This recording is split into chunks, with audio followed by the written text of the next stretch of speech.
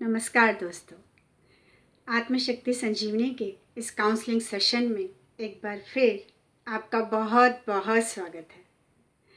आपके प्यार और सहयोग के लिए बहुत बहुत धन्यवाद। चैनल को सब्सक्राइब नहीं किया है तो प्लीज़ कर लीजिए ताकि हर नई वीडियो आपको फ़ौरन मिल सके। दोस्तों, आज की टॉपिक की प्रेरणा अभी कुछ दिनों पहले मिली। कुछ ऐसा देखा जो आप सब ने किया भी होगा, देखा भी होगा।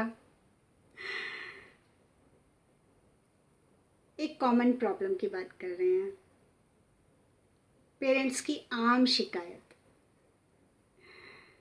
ये तो अपनी गलती ही नहीं मानता, पॉसिबल ही नहीं है कि इसके मुंह से सॉरी निकल जाए। जिस दिन ये सॉरी बोलेगा उस दिन तो सूरज पश्चिम से निकलेगा। सॉरी इसकी डिक्शनरी में नहीं है, गलती नहीं मानता अपनी, बिल्कुल नहीं, सवाल ही नहीं पैदा होता। पहले शिक्षक गुरु आप हैं। क्या आपको उसने सॉरी बोलते हुए देखा है? क्या आपने अपनी गलती मानी? देखा है उसने ऐसा? चलिए बहुत फ्लैशबैक में पीछे चलते हैं। जो मैंने अभी रिसेंट देखा, एक छोटा सा बच्चा, साल सवा साल का होगा शायद, तो टेबल का सहारा लेकर चलने की कोशिश कर रहा था। अब धीरे धीरे धीरे पकड़ के खड़ा हुआ और चलने लगा तो कॉर्नर तक आते आते एकदम धड़ाम से गिरा। मम्मी चिल्लाई, ओ मेरा बच्चा। बच्चा रोने लगा, उसके हाथ पिंक हो गए थे। मिश ने मारा, हप, चलो मैंने मार दिया इसको। मेरे बेटे को चोट लगी। बच्चा फिर भी नहीं चुप हुआ, बहुत जोर से लगी बेटे को। अच्छा, दो धाड़ लगाए मेज के ऊपर, मार दिया मैंने, चल अब चुप हो जा। थोड़ा सा गहराई से सोचिए, क्या आप अपनी ओर देखना सिखाते हैं? बच्चे, आप देखकर नहीं चले ना, थोड़ा सा संभल कर चलते तो ठीक रहता, गिरते ही नहीं, है ना? कोई बात नहीं, नॉर्मल सी बात है, सबके साथ हो जाता है। हम भी बहुत गिरते थे, ऐसे ही तो मजबूत हो जाते हैं। आप तो सिखाते हैं कि गलती हमारी होती ही नहीं, हो ही नहीं सकती कभी भी। सामने वाले की गलती है, सारा उत्तरदायित्व उसका है। उसने गलती की, उसने नुकसान किया, और बराबर जब तक उसे चोट नहीं पहुंचा दे हमें चुप नहीं बैठना है। यही सिखाते हैं ना। तो आज क्यों शिकायत है कि वो अपनी गलती को मान लेगा? क्योंकि अपनी ओर देखने की आदत तो उसे डाली ही नहीं है ना। कैसे देखे जनाब? वो जो आपको करता हुआ देखता है वही सीख लेता है ना? तो अगर उसने आपको सॉरी बोलते हुए देखा होता, अपनी गलती मानते हुए देखा होता, जो आप उसे सिखाना चाहते हैं, उसे समझाकर सिखाने की ज़रूरत नहीं होती। खुद करिए, अप्लाई करिए अपने ऊपर, वो देखेगा और खुद ब खुद सीख जाएगा। सिंपल। चलिए एक उदाहरण और लेते हैं। स्कूल का ट्रिप जा रहा है, इन स्कूल वालों को और कोई काम ही नहीं है, बस जब देखो ट्रिप। इतनी सी ट्रिप के इतने पैसे, बस लूटते रहते हैं और कोई काम नहीं। आप बजाय स्कूल वालों को कोसने के, दूसरे में दोष निकालने के, रीज़न दीजिए उसको सॉलिड कि आप क्यों नहीं उसको भेज रहे हैं। बेटा अभी पॉसिबल नहीं है, अभी पहले ये खर्चा कोई और ज़्यादा ज़रूरी है, और 6 महीने साल में हम लोग वहाँ चलेंगे और पूरी फैमिली के साथ चलेंगे, तब तक अरेंज हो जाएगा। बिल्कुल क्लियर उसे बताइए, सॉलिड रीज़न दीजिए, बजाय आप दूसरों में दोष निकाल रहे हैं। यही तो सिखा रहे हैं ना कि सामने वाले का दोष होता है, हम कभी गलत होते ही नहीं, है ना? तो वो कैसे सॉरी कहे और कैसे गलती मान ले? तो अपना एनालिसिस करना पहले ज़्यादा ज़रूरी है। तो चलिए हमें क्या क्या कर लेना चाहिए। सबसे पहले अगर गलती हुई है तो मान लीजिए, छोटे नहीं हो जाएंगे, बल्कि वो सीखेगा कि हाँ, अगर मुझसे गलती हो जाती है, बड़ी नॉर्मल सी चीज़ है, सबसे होती है, सबसे होती है, कोई भयानक अपराध नहीं है, गलतियाँ छोटी छोटी होती रहती हैं, बस गलती की है तो मान लेना चाहिए।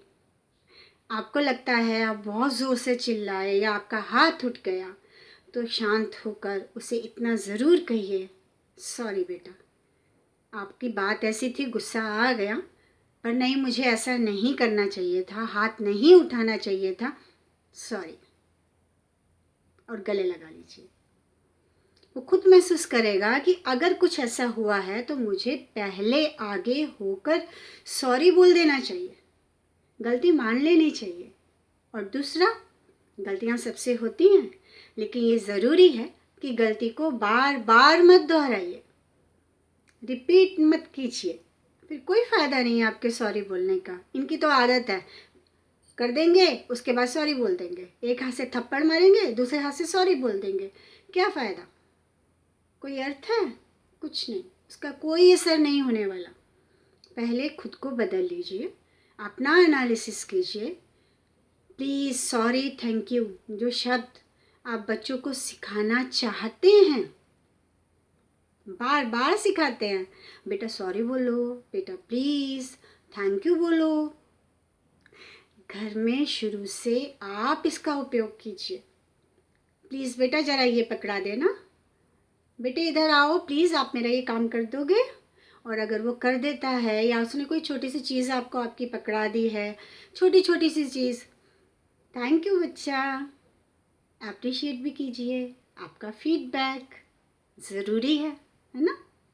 तो सॉरी, प्लीज़ और थैंक यू पहले खुद बोलिए, आपस में बोलिए, घर के और लोगों के साथ बोलिए, और स्पेशली बच्चे के साथ ज़रूर बोलिए।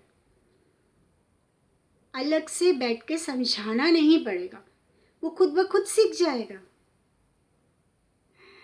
और क्लैरिटी रखिए, बिल्कुल क्लियर, हाँ बेटा ये काम हो सकता है, हो जाएगा, और नहीं बेटा ये काम बिल्कुल नहीं पॉसिबल है, क्यों पॉसिबल नहीं है, रीज़न के साथ बिल्कुल क्लैरिटी रखिए। जो विश्वास वो आप पर कर पाएगा, दुनिया में किसी और पर नहीं कर पाएगा फिर। और उसके लिए एक चीज़ और ज़रूरी है कि अपनी कथनी और करनी को एक जैसा रखिए। कुछ काम किया बच्चे ने, चलो आपको ये दिलाएंगे, ये कर देंगे, वहाँ चलेंगे, या तो कहिए मत, और अगर कहा है तो निभाइए, उसे दीजिए। 2-4 बार के बाद बोलते तो रहते हैं, करते तो है नहीं है, उसे भी मोटिवेशन नहीं मिलेगी, इंस्पायर होगा ही नहीं। आप कितना भी उसे कहते रहिए ये कर देंगे, वो कर देंगे, एक टाइम पर वो बिल्कुल नहीं मानेगा, क्योंकि उसे मालूम है ना, आप कहते कुछ और हैं, करते कुछ और हैं। तो यूनिफॉर्मिटी एक्शंस में, आपकी वर्डिंग्स में, कहने और करने में, कथनी करनी एक समान, इस बात का ज़रूर ध्यान रखिए। और छोटी छोटी बातों को ज़्यादा तूल मत दीजिए।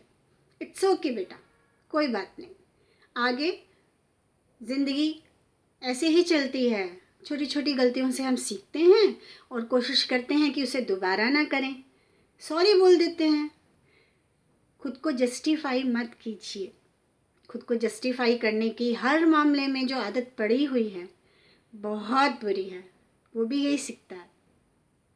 अभी एक एक्सपीरियंस आपसे और शेयर करना चाहूँगी। एक पेरेंट्स मेरे सामने बैठे थे, बच्चा थोड़ा स्टडीज़ में पीछे हो रहा था।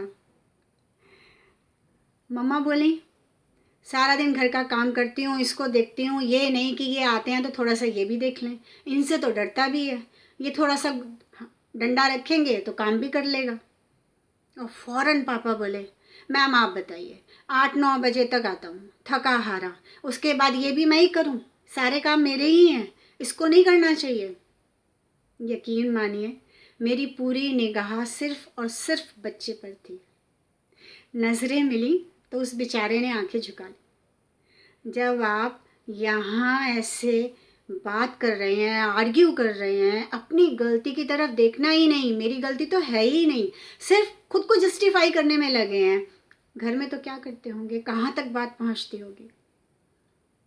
अगर आप आपस में तेज आवाज़ में बात कर रहे हैं तो प्लीज़ बच्चे के सामने मत करिए। रिक्वेस्ट है आपसे, वो सीख रहा है सिर्फ कुछ भी कर लो, मैं जो कर रहा हूँ सही है, कुछ भी कर लो और जस्टिफाई कर दो उसको, बस। तो वो कैसे अब अपनी गलती माने, अपनी ओर देखे, सॉरी बोले, पॉसिबल नहीं है। तो अगर ये गलतियाँ कर रहे हैं तो प्लीज़ मत कीजिए, क्योंकि उसको सिखाने वाले सिर्फ आप और आप हैं। स्कूल बाद में जाता है, लेकिन 4-5 साल तक का उसका पीरियड इतना क्रूशियल पीरियड है और इतना प्रीशियस भी है कि पग पग फूंक मारकर चलने की ज़रूरत होती है।